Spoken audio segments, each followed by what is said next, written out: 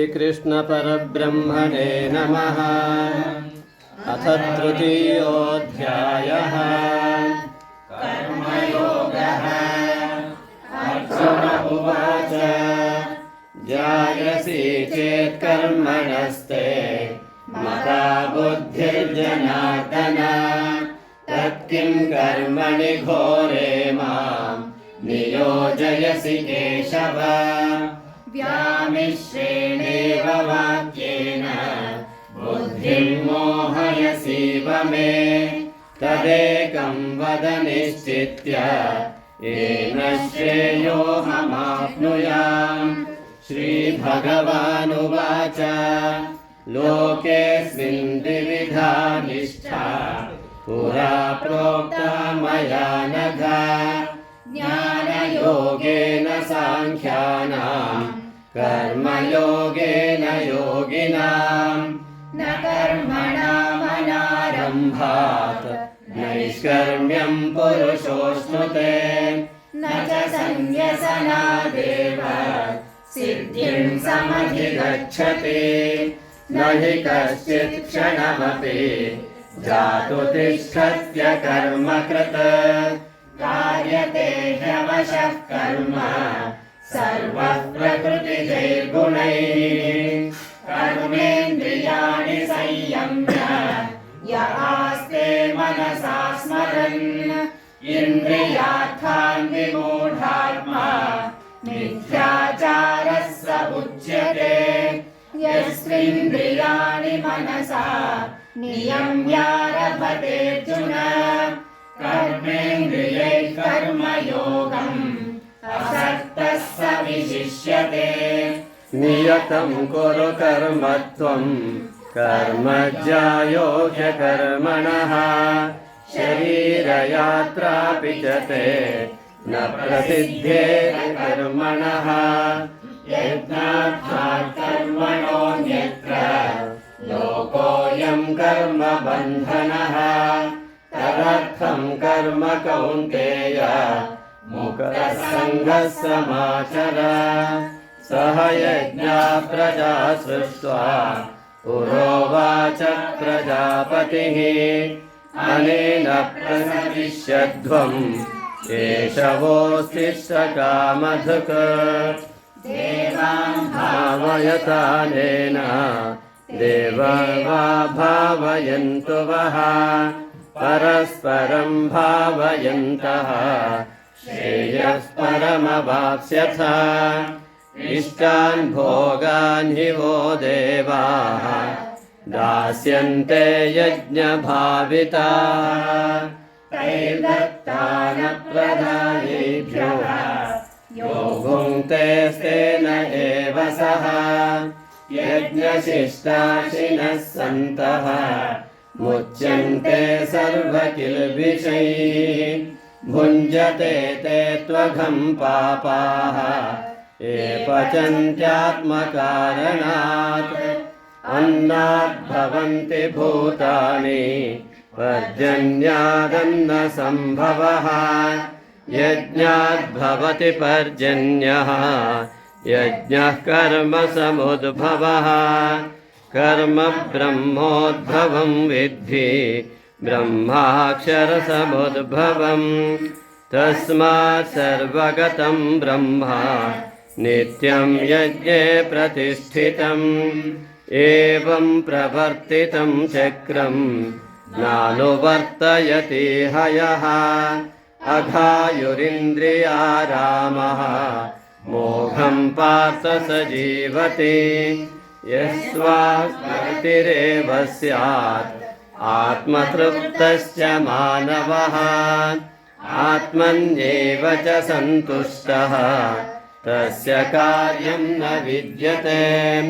नैव तस्य कृतेनार्थः न कृतेनेह कश्चन। न चास्य सर्वभूतेषु कश्चिदर्थव्यपाश्रयः। तस्मादसक्तः सततं कार्यं कर्म समाचर। असक्तोऽभ्याचरन् कर्म परमाप्नोति पूरुषः। कर्मणैव हि संसिद्धिम् आस्थिता जनकादयः लोकसङ्ग्रहमेवापि सम्पश्यन् कर्तुमर्हसि यद्यदाचरति श्रेष्ठः तत्तदेवेतरो जनाः स यत्प्रमाणं कुरुते लोकस्तदनुवर्तते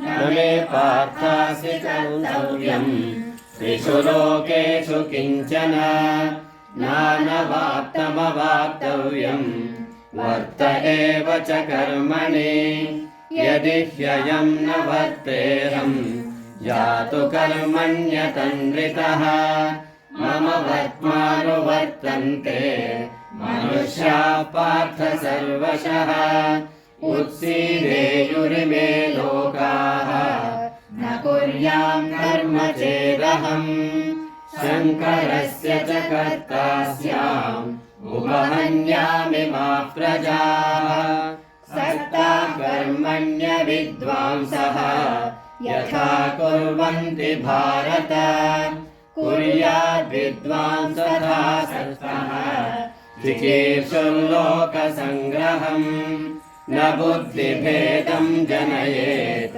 अज्ञानां कर्मसङ्गिनाम् जोषयेत् सर्वकर्माणि विद्वान् युक्तः समाचरन् प्रकृते क्रियमाणानि गुणैः कर्माणि सर्वशः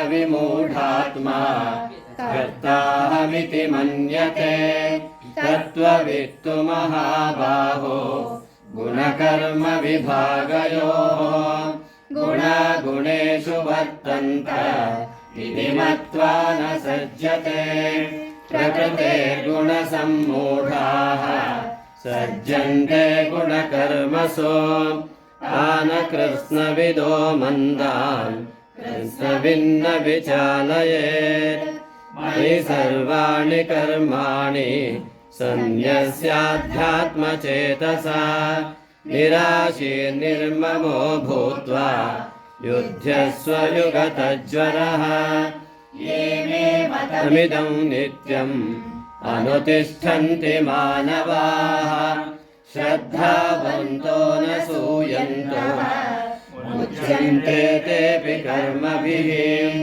ये त्वेतदभ्यसूयन्तः नानुतिष्ठन्ति मे मतम् सर्वज्ञानविमूढांस्तान् विद्धि नश्चानचेतसः सदृशं चेष्टते स्वस्याः प्रकृतेर्ज्ञानवानपि प्रकृतिं यान्ति भूतानि निग्रहः किं करिष्यति इन्द्रियस्येन्द्रियार्थे रागद्वेषौ व्यवस्थितौ तयोर्नवशमागच्छेत् तौ ह्यस्य परिपन्थिनौ श्रेयान् स्वधर्मो विगुणः परधर्मात् स्वनुष्ठितात् स्वधर्मे निधनं श्रेयः परधर्मो भयावहः अथ उवाच अथ केन प्रयुक्तोऽयं पापं चरति पूरुषः अनिच्छन्नपि वाष्णेय बलादिव नियोजितः श्रीभगवानुवाच काम एष क्रोध एषः रजोगुणसमुद्भवः महाशनो महापाप्मा विद्धेनमिह वैरिणम् धूमेनाव्रियते वह्निः यथादर्शो मलेन च यथोल्बेनावृतो गर्भः तथा तेनेदमावृतम् आवृतं ज्ञानमेतेन ज्ञानिनो नित्यवैरिणा कामरूपेण कौन्तेय दुष्पूरेणानलेन च इन्द्रियाणि मनो बुद्धिः अस्याधिष्ठानमुच्यते एतैर्विमोहयत्येषः ज्ञानमावृत्य विहीनम् तस्मात् त्वमिन्द्रियाण्यादौ नियम्य भरतर्षभ पाप्मानं प्रजहिह्येनं ज्ञानविज्ञाननाशनम् इन्द्रियाणि पराण्याहुः इन्द्रियेभ्यः परं मनः मनसस्तु परा बुद्धिः यो बुद्धेः परतस्तु सः एवं बुद्धेः परं बुद्ध्वा संस्तभ्यात्मानमात्मना जरिशत्रुं महाबाहो कामरूपं दुरासदम् ॐ तत्सदिति श्रीमद्भगवद्गीतासु उपनिषत्सु ब्रह्मविद्यायां योगशास्त्रे श्रीकृष्णार्जुनसंवादे कर्मयोगो नाम तृतीयोऽध्यायः।